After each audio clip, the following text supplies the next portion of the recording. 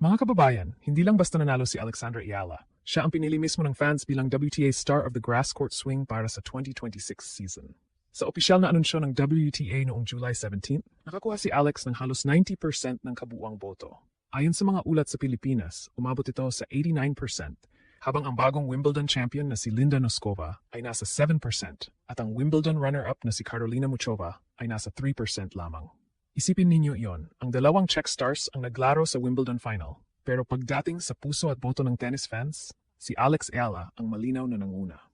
Hindi ito official ranking award at wala itong dagdag na ranking points. Pero napakalaking simbolo nito ng bilis na paglaki ng kanyang global fanbase. At hindi rin ito simpleng popularity contest na walang basehan dahil napakalakas ng grass court campaign ni Alex. Sinimulan niya ang swing sa pagkuha ng Lexus Birmingham Open WTA 125 title. Pagkatapos, umabot siya sa semifinals ng Berlin WTA 500 matapos talunin ng sunod sina World number 2 Elena Rybakina at Elina Svitolina. Sa Wimbledon, naging kauna-unahang manlalaro mula sa Pilipinas na umabot sa second week ng isang singles Grand Slam sa Open Era. Ang pinakamalaking sandali, tinalo niya ang defending champion na si Iga Swiatek sa center court, 7-6, 6-2. Kaya naman, masasabi natin ito ang tunay na people's choice moment ni Alex. Hindi lang siya hinangaan dahil Pilipina siya. Binoto siya dahil sa tapang, kalidad ng laro, makasaysayang resulta, at kakaibang koneksyon niya sa mga fans. Part 1, 606 words. Mga kababayan, kapag sinabi nating landslide, ito talaga ang literal na landslide. Hindi 35% laban sa 30%. Hindi rin dikit na botohan na pinaghiwalay lamang ng ilang daang. Si Alexandra Ayala ay nakakuha ng 89% ng fan vote para sa WTA Star of the Grass Court Swing. Ang pinakamalapit na karibal niya ay si Linda Noskova, ang mismong 2026 Wimbledon champion na nakakuha lamang ng 7%. Pangatlo si Karolina Muchova, ang Wimbledon runner-up na nasa 3%. Ibig sabihin, sa isang fan-voted recognition na inilunsad ng pinakamalaking women's tennis organization sa mundo, halos siyam sa bawat 10 botante ang pumili sa dalagang mula sa Pilipinas.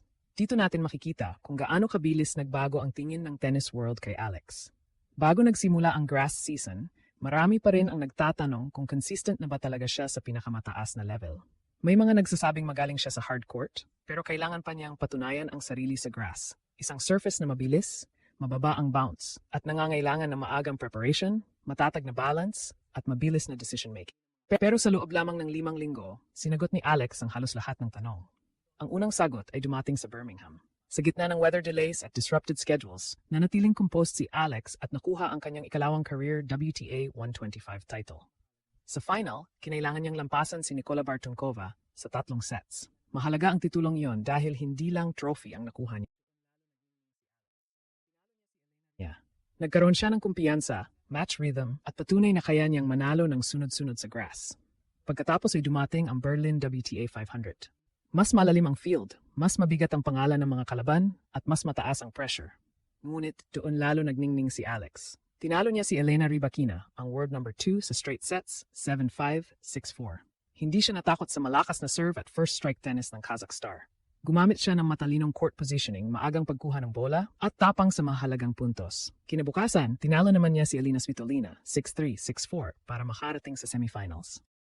Top 10 victories sa isang WTA 500 tournament, hindi na ito simpleng magandang linggo. Ito ay malinaw na pahayag na kaya ni Alex makipagsabayan sa elite. Ang panalo kay Svitolina ang ika-6 na top 10 victory ng kanyang career, pagkatago na ang Berlin run niya laban kay Linda Noskova sa semifinals. At pagkatapos ng Birmingham at Berlin, dumating ang Wimbledon. Bilang number 29 seed, tinalo niya si Renata Zarazua sa first round at bumangon mula sa pagkatalo sa unang set laban kay Maya Joint upang manalo, 3-6, 6-2, 6-0.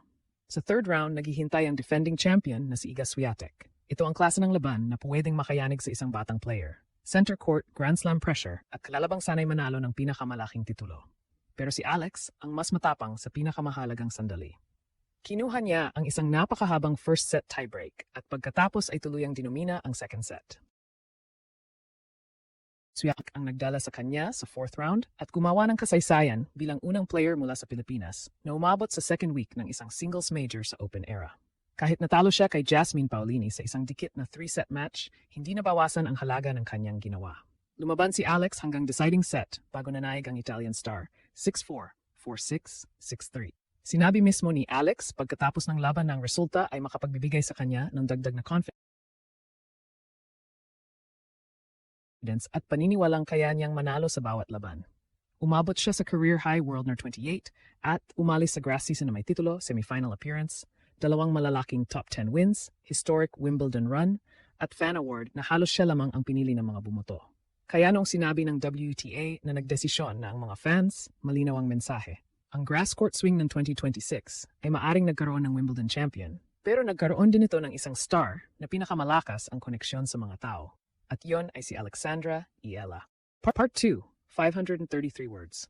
Ngayon, bakit napakalaga ng award na ito kung fan vote lamang at hindi Official Player of the Month award o ranking-based trophy?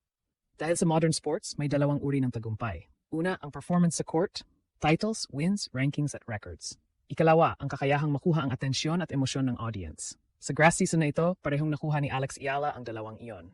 Sa performance side, malinaw ang resibo. May Birmingham title siya, Berlin semifinal, victories over Rybakina at Svitolina at fourth round finish sa Wimbledon matapos patalsikin ang defending champion na si Swiatek. Sa popularity side naman, 89% ang boto.